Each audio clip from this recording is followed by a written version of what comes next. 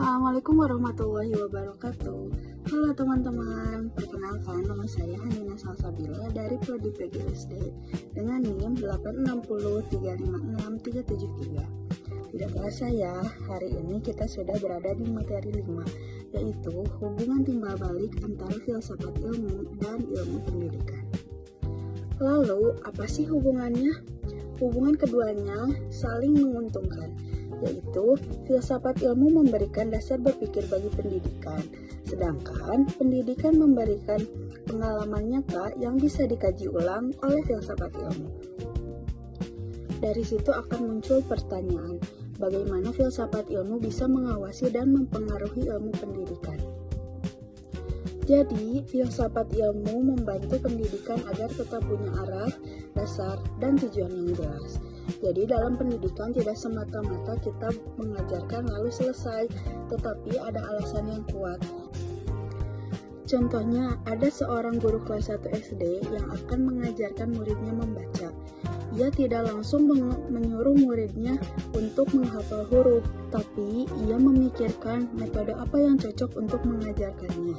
Misalkan, dengan menggunakan pendekatan lagu, gambar, atau permainan. Nah, pemikiran seperti ini menunjukkan bahwa pendidikan harus mempunyai dasar yang jelas dan ilmiah. Jadi, filsafat ilmu membantu agar pendidikan tetap terarah dan punya nilai. Yang kedua, bagaimana pendidikan yang bermakna bisa memperkuat filsafat ilmu? Pendidikan yang baik akan memberikan pengalaman yang nyata.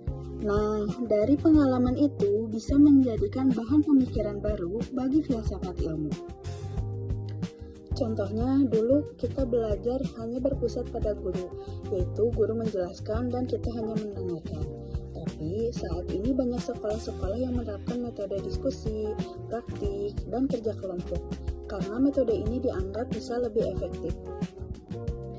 Nah, dari cara itu, filsafat ilmu ikut berkembang, karena melihat bahwa cara belajar manusia juga ikut berkembang sesuai dengan perkembangan zaman. Yang ketiga, mengapa filsafat ilmu sering disebut dengan pisau analisis? Disebut dengan pisau analisis karena filsafat ilmu bisa membantu kita membedah pendidikan dari 3 sisi, yaitu ontologi, epistemologi, dan aksiologi. Ontologi membahas hakikat tentang sesuatu. Misalnya, apa sih tujuannya kita untuk sekolah? Apakah hanya ingin mendapatkan nilai bagus? Atau juga membentuk karakter? Yang kedua, epistemologi. Epistemologi membahas bagaimana tentang pengetahuan itu bisa diperoleh. Misalnya, anak lebih mudah belajar lewat metode praktik, ceramah, atau bermain. Yang ketiga, aksiologi. Aksiologi membahas tentang manfaat dan nilai. Misalnya, ketika kita mengajarkan sesuatu pada anak, apa manfaat yang bisa mereka terima dan nilai moral apa yang bisa mereka petik. Di ketiga pandangan ini, pendidikan bisa dianalisis lebih dalam. Yang keempat, contoh penerapan filsafat ilmu dalam pendidikan. Contohnya, seorang guru melihat murid cepat bosan jika belajar hanya dari buku. Nah, lalu ia mengubah metode pembelajaran menjadi permainan edukatif dan praktik langsung. Contoh lain, saat ini kurikulum menerapkan anak untuk mempunyai 6 pilar profil pelajar Pancasila. Itu bukan hanya materi akademik, tetapi menanamkan nilai kehidupan pada anak.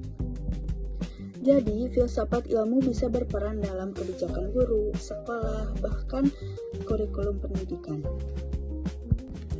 Dari semua pembahasan itu, kita bisa menarik kesimpulan bahwa filsafat ilmu bisa membantu pendidikan agar mempunyai dasar, metode, dan tujuan yang jelas. Sementara itu, pendidikan bisa menjadi tempat yang nyata bagi penerapan filsafat ilmu.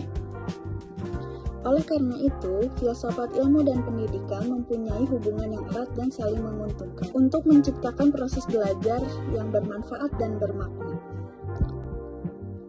Sekian pembahasan dari saya. Terima kasih. Assalamualaikum warahmatullahi wabarakatuh.